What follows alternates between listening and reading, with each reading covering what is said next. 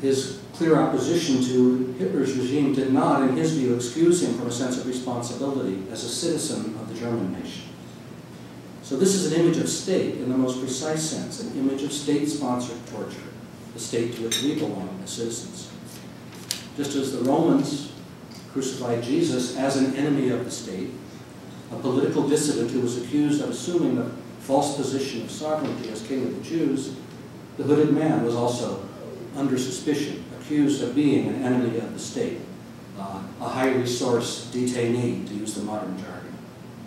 Seen as an accused terrorist, he is not a mere criminal, but a political adversary who represents, as any such criminal does, a rival claim to sovereignty. Terror and torture are in fact the twin images of the state of exception, which grounds political sovereignty in post-Hobbesian political theory. The sovereign, as Carl Schmitt puts it, is he who decides on the exception, and the exception is both the state of emergency and the exception to the rule of law that the sovereign claims in time of emergency. The whole purpose of the war on terror is to claim exceptional, indeed unlimited powers for the sovereign to determine exceptions to the rule of law. Torture is thus a justified exception to both American and international law, since by definition it's used only against suspected terrorists. And that the terrorist is not just the enemy of the law, but of the sovereign himself.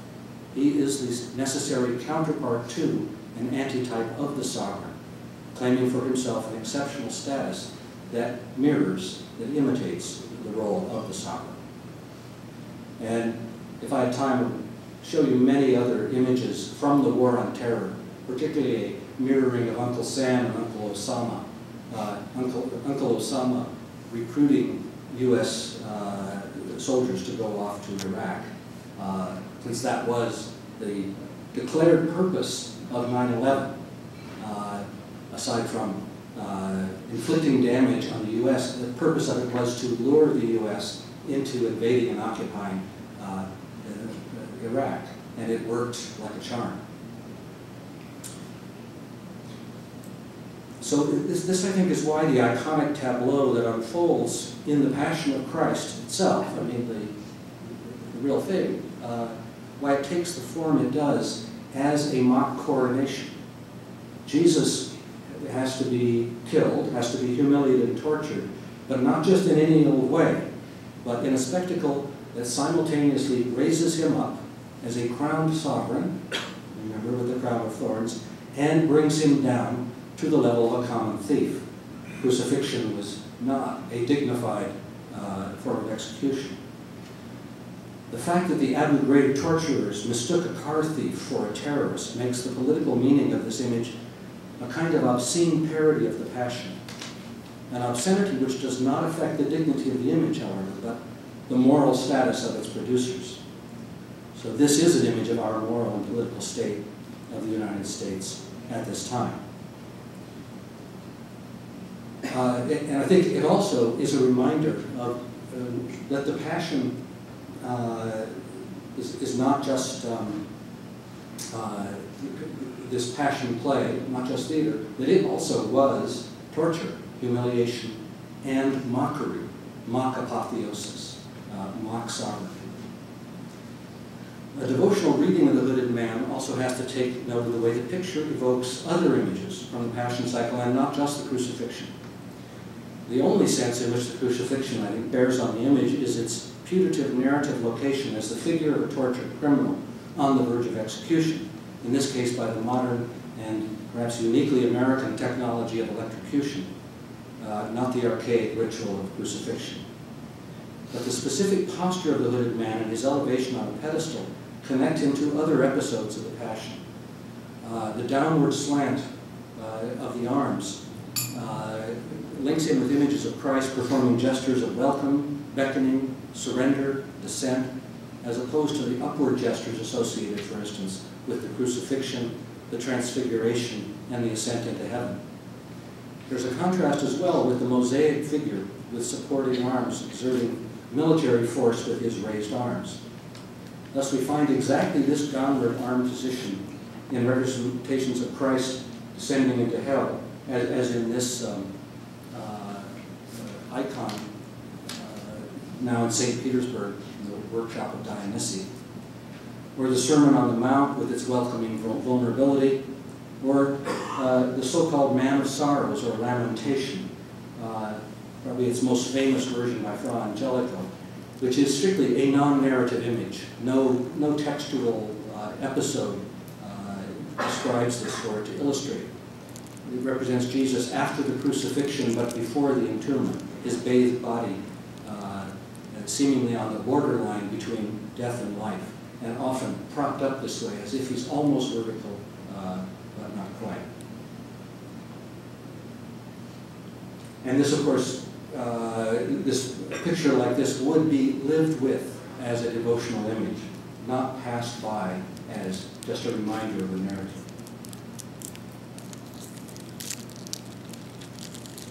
Another version. The pedestal links the figure to the images of transfiguration or to the mock coronation of the Ecce Homo, when Jesus is displayed to the crowd from an elevated position, crowned with thorns.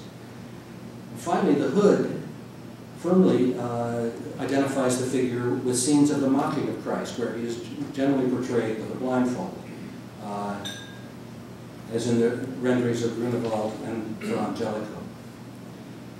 Now, one can object that all this religious iconography is beside the point for a modern digital photograph produced by some stupid American soldiers in a secular war. But the minute you raise this objection, you probably will be reminded that the War on Terror was declared initially as a crusade by a pious Christian American sovereign, a holy war that makes sense to many Christian and Jewish fundamentalists as the millennial struggle that will lead directly into the apocalypse and the arrival of the Messiah. And we've already heard at this conference about General William Boykin, Under Secretary of Defense, who has publicly declared that the War on Terror is a war against the idolatrous evil religion of Islam. Needless to say, this is not official policy, and President Bush quickly disavowed the term crusade as an impolitic choice of words. But then the entire archive of Abu Ghraib photographs, along with the cascade of reports of the global American Gulag, has also been disavowed. We do not torture, affirmed the president, and we certainly do not torture in a way that involves restaging the Passion of Christ. Or do we? Other images from Abu Ghraib, such as the figure of the excrement-smeared Iraqi forced to assume a classic cruciform posture with his legs crossed,